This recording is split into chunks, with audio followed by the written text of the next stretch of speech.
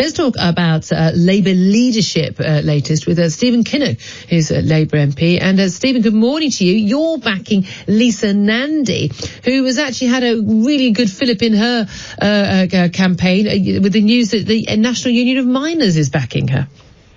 Absolutely. Good morning, Julia. Yeah, I really feel there's a lot of support building for Lisa's campaign now. She's got the nomination of the National Union of Mine Workers, and we're hoping for at least one other big trade union next week. She got 31 nominations from members of Parliament, just 2 behind Rebecca Long-Bailey. And I think people are realising that the message from the 12th of December, the devastating defeat that we suffered on the 12th of December, is that for too long we've just not been listening to those communities in the North and the Midlands and the South Wales valleys, like my constituency, who feel that, for too long we've been starting to look like the London Labour Party, thinking only about our metropolitan support base, which is a very important part of our coalition, but you've got to also remember those other communities and where they're coming from. And we've got to swing the pendulum back to show that we're listening and building trust with those communities. And of course, the disastrous decision to back a second referendum was, in a sense, the straw that broke the camel's back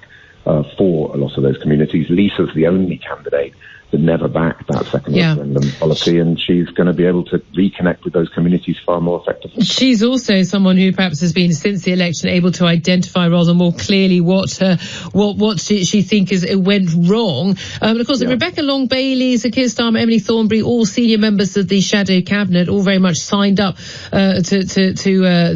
what the government, what the opposition was doing. Jess Phipps, very critical of Jeremy Corbyn and Lisa Nandy as well. And of course, that sets them in good stead, but not for the momentum side of the party and their votes. Now, we are right in the middle right now, that 48-hour window for people to register as a supporter of the Labour Party, not the £3 it was back in 2015, but £25, and then they can effectively have a say in the election of the next leader. Are we going to see a big campaign, or are we seeing behind the scenes a campaign to get more sort of, should we say, moderate Labour, former maybe Blairite, Brownites, back into the party or to join the party, to have their say, to maybe do exactly what Momentum did 5 years ago in flooding the party with members who from very, very far left organisations to skew the vote for Jeremy Corbyn?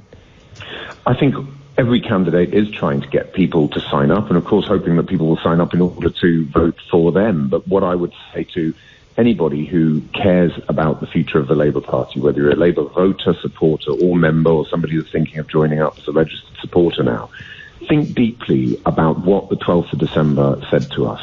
Think deeply about what kind of opposition we need to be, and what was the message about the devastating loss that we saw, the seats that we have held since the 1930s crumbling before our eyes, and we never want to see that happening again. And then put in a Labour leader who actually understands why it happened. Don't go for the safe option, go for the brave option.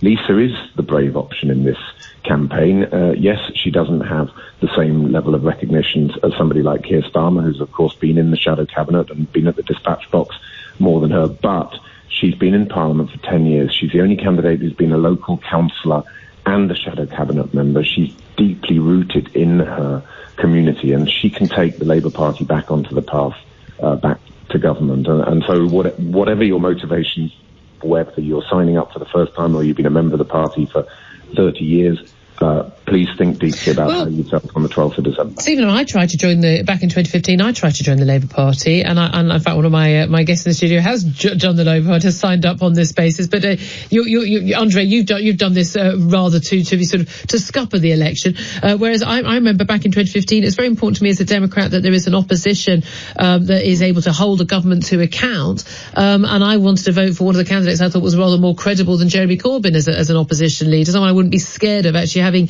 in government. The question is whether people are going to be allowed by the NEC. They're not going to have their membership ruled out.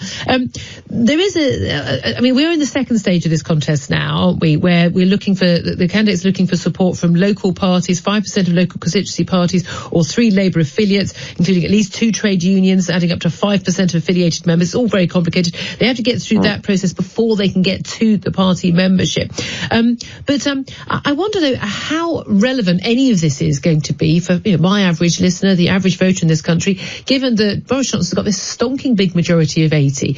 Realistically, unless things go horribly wrong for the Tories, and unless they completely get cloth-eared and don't listen to what the voters have told them, and you elect the most wonderful, brilliant possible leader ever, you're not going to turn that around in just one election. Whoever is elected now, realistically, isn't going to ever become Prime Minister.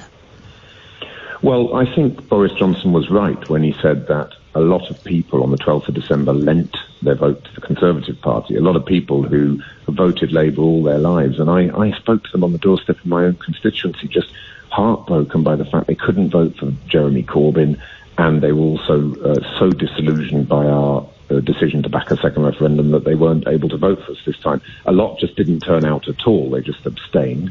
But some, particularly in the North and the Midlands, did actually switch and vote for the Tories. Now, we have to win those people back. I think that they've only lent their vote.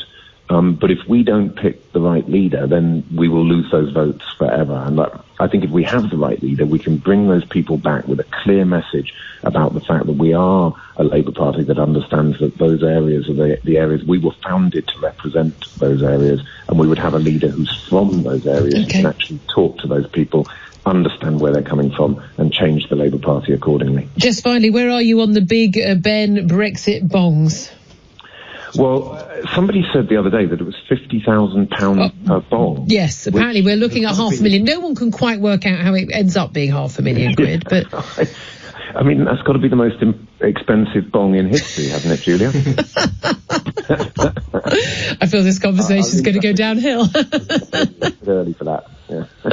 Stephen Kinnock, Labour MP, supporting those you heard, Lisa Nandy.